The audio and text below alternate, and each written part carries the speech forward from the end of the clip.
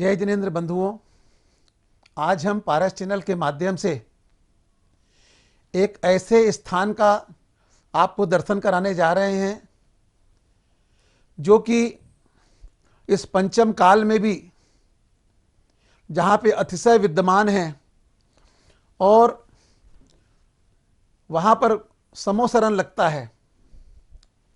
झांसी जिले के अंतर्गत झांसी से 120 किलोमीटर दूर एक छोटा सा गांव है और जिस गांव का नाम है तोड़ी फतेहपुर।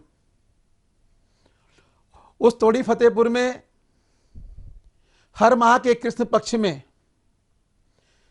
12, 13, 14 अमावस्या के दिन मेला लगता है। सैकड़ों की संख्या में वहां भक्त आते हैं और अपनी मन की मुरादें पाके जाते हैं। आज भी जब पार्श्वनाथ भगवान की अश्चर्यकारी प्रतिमा का मंदिर जो कि तोड़ी फतेहपुर में विराजमान है और जहां पर जब दरबार लगता है उस दरबार में हम प्रश्न करते हैं और हमें उन प्रश्नों का उत्तर मिलता है। और तोड़ी वाले बाबा का तो यह चमत्कार है कि रोते रोते आते हैं और हंसते हंसते जाते हैं। आपने अपने जीवन में अगर तोड़ी फतेहपुर के दर्शन नहीं किए हैं तो जरूर एक बार जाना और पार्श्वनाथ भगवान के दरबार में जाकर के श्रीफल अर्पण करके अपने मन की मुरादों को पाना।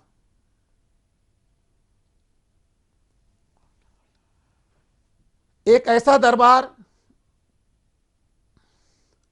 जहां सब बीमार व्यक्ति आता है वो स्वस्थ होके जाता है, जो लंगड़ा के आता है वो चल के जाता है। कहते हैं किसी का कैंसर ठीक हो रहा है, कई प्रकार की आदि व्याधि दूर होती है। ऐसा दरबार तोड़ी वाले बाबा के दरबार में आप जरूर आएं और आइए हम वहाँ तोड़ीपुर वाले बाबा के प्रवचन और आपको वहाँ के दर्शन कराते हैं पारस चैनल के माध्यम से। आप देखते रहिए तोड़ी वाले बाबा अश्चर्यकारी भगवान पार्श्वनाथ भगवान के दर्शन कर अपने जीवन को धन्य करें। जय जिनेंद्र। उत्तर प्रदेश के जिला झांसी में मऊरानीपुर के समीप स्थित अतिशय क्षेत्र तोड़ी फतेहपुर एक ऐसा अद्भुत क्षेत्र है जहां देवभूत अतिशयों का आज भी प्रत्यक्ष देखा एवं अनुभव किया जा सकता है तथा जहां मात्र वीतरागी जिनेंद्र भगवान के अलावा अन्य किसी भी प्रकार के मिथ्यात्व पोषक देवी देवताओं की पूजा भक्ति आदि न होती है और न ही प्रत्यक्ष अथवा परोक्ष रूप से ऐसी प्रेरणा दी जाती है, बल्कि दृढ़ता पूर्वक गृहीत मिथ्यात्व पोषक क्रियाओं रागी देवी देवताओं आदि की मान्यता को छुड़ाकर वीतरागी देव शास्त्र गुरु का सदाचारी श्रावक बनने का रास्ता बताया जाता है। क्षेत्र पर आज भी रत्न वृष्टि देखने को मिलती है। वर्ष 2021 के भाद्र पक्ष में क्षेत्र पर अढ़ाई द्वीप विधान संपन्न किया गया। नियम त्याग पवित्रता एवं श्रावकों द्वारा लगातार एक अन्न का भोजन किया गया, जिसके फलस्वरूप हवन की पूर्णाहुति के कुंड से लगातार घी का निकलना प्रत्यक्ष चमत्कार को दर्शाता है। आज का पर्व कितना अच्छा है।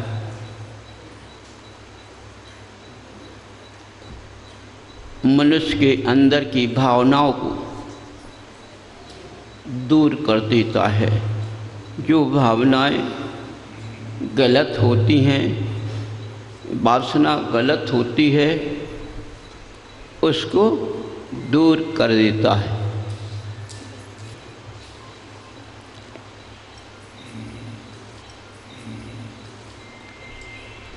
देखो, भावना एक प्रकार की नहीं होती है। भावना और मन, पहले मन आता है, फिर भावना आती है, फिर नेत्र की दृष्टि आती है। ये तीनों एक हो जाते हैं। तो अंदर की क्रियाएं गलत हो जाती हैं। तो बंधु, इस जीवन में, इस मनुष्य पर्याय में जब हम देवादेव अरम का दर्शन करते हैं, इनके चरणों में हम झुकते हैं, इनको हम साष्टांग नमस्कार करते हैं, इनका हम पूजन करते हैं, इनकी हम भक्ति करते हैं, तो हमारे अंदर मन खराब नहीं होना चाहिए किसी के प्रति। हमारा मन बिल्कुल खराब नहीं होना चाहिए। यदि तुम्हारा मन खराब होता है तो बंधु, अभी तुम जिनालय नहीं जाते हो, जिनालय में जाकर भगवान का दर्शन नहीं करते हो, उनकी पूजा नहीं करते हो, उनका स्वाध्याय नहीं करते हो, उनकी माला नहीं फेरते हो, उनकी प्रदक्षिणा नहीं देते हो, न उनकी तुम भक्ति करते हो।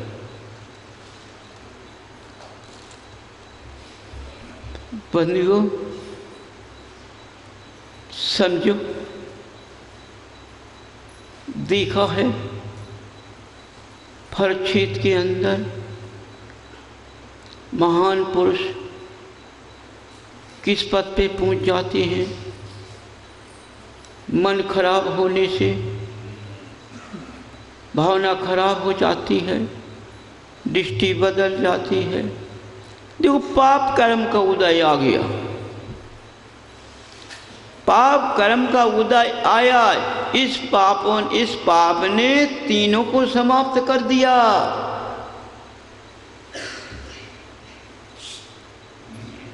समझिए, कामदेव प्रबल हो गया।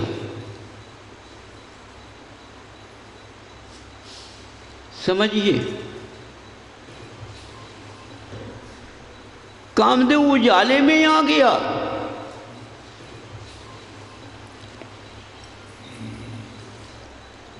देखो, इतने बड़े ज्ञानी पुरुष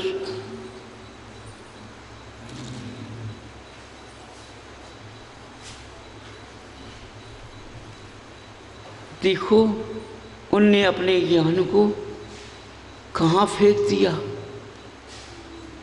कहाँ फेंक दिया, कहाँ डाल दिया।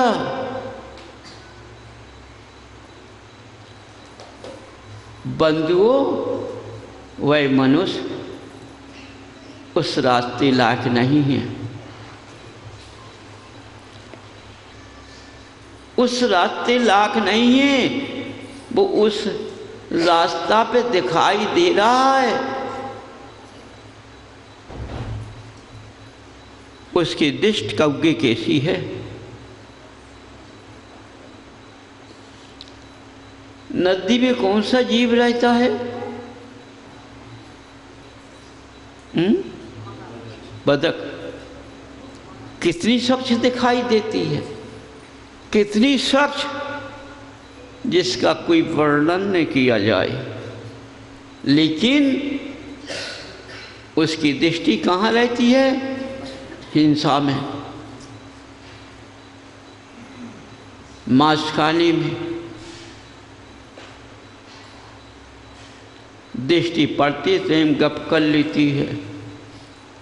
ऐसे महान पुरुष बतख कैसे दिखाई देते हैं, समझो। और दृष्टि किस तरह की है, समझो बंधुओं।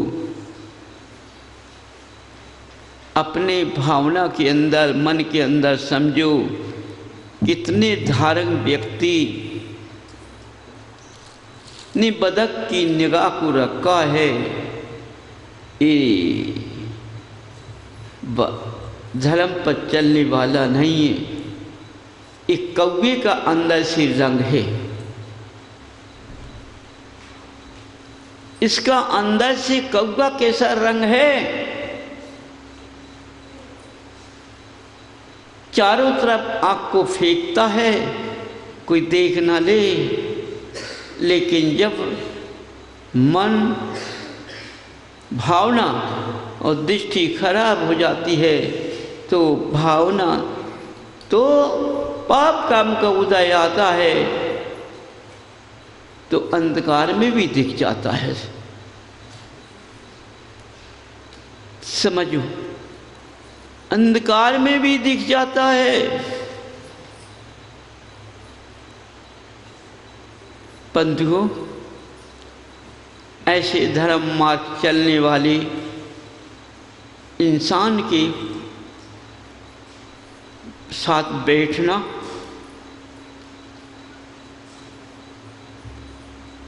उनसे मिलना, उनकी तरफ फेरना पाप का बंध है। समझो, वो इस धर्म रास्ते पे चल के दिखा रहा, क्या वो धर्म रास्ते लाख है?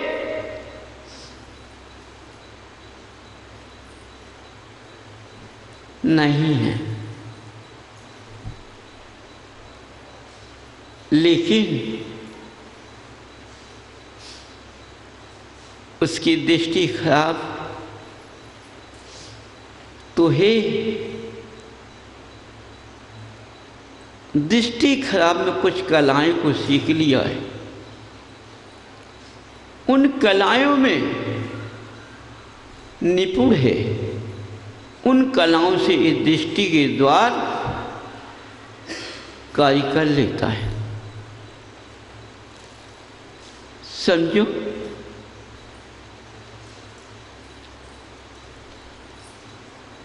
और ध्यान लगाओ अपना, क्या वो इस लायक है? नहीं। इसी क्षेत्र में, इसी भर क्षेत्र में ऐसे ऐसे महान पुरुष, तपधारी पुरुष, ज्ञानाधारी पुरुष, महान पुरुष के अंदर जब मन खराब है तो भावना खराब है, भावना खराब है तो दृष्टि खराब है। ये केवल इसी खराब के लिए इनने ज्ञान की निपुणता को सीखा है, इन्होंने इस पद को धारण किया है। समझिए बंधुओं,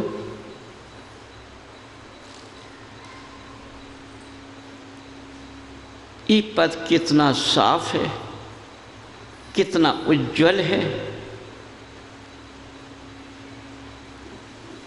आँख की दृष्टि से सब लोग देख भी लेते हैं, लेकिन कहते कुछ नहीं। समझो,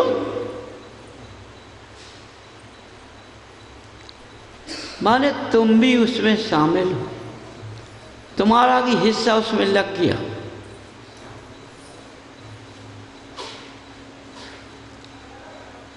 ऐसे महान पुरुषों को उस रास्ते से जिनके पास रहता हो, जो उस पथ पर चलने वाले हो, अपने दीवादीप, अहंदीप बदनाम न होने पाए, ऐसे दृष्टि वाले जीव को उस रास्ते से दूर कर देना चाहिए। किसी पास रहता तो रहने ना दो,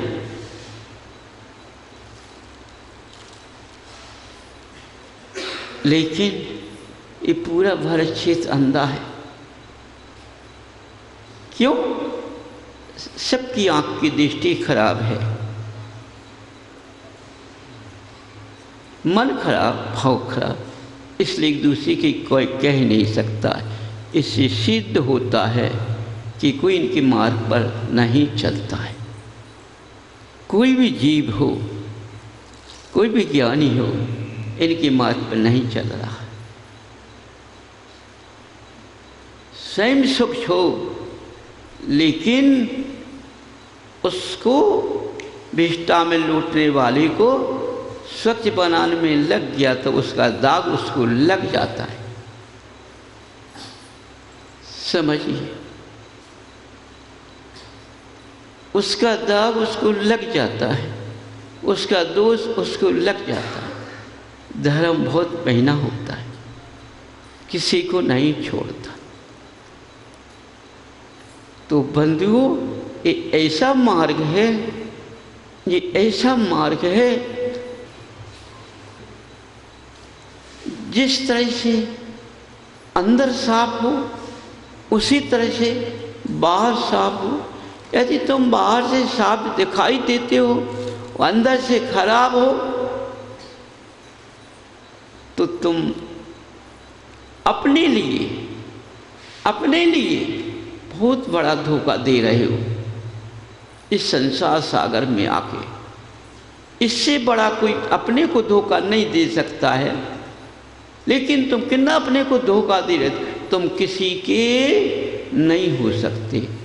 तुम जब धर्म के नहीं हुए तो तुम किसी के नहीं हो सकते।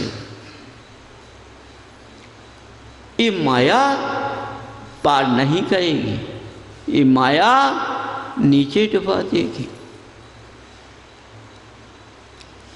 बंधुओं, समझो, जो महान मनुष्य ऐसा करने लगेंगे तो स्थान कहाँ बचा है?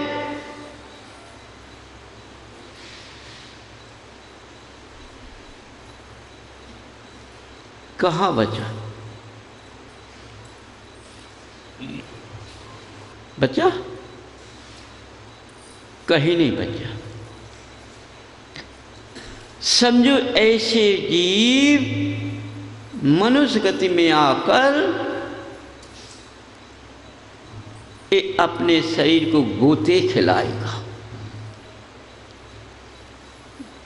लेकिन तुमने उसको देखकर उसे कुछ कहा नहीं, इसलिए तो उसकी भागी बन जाओगे।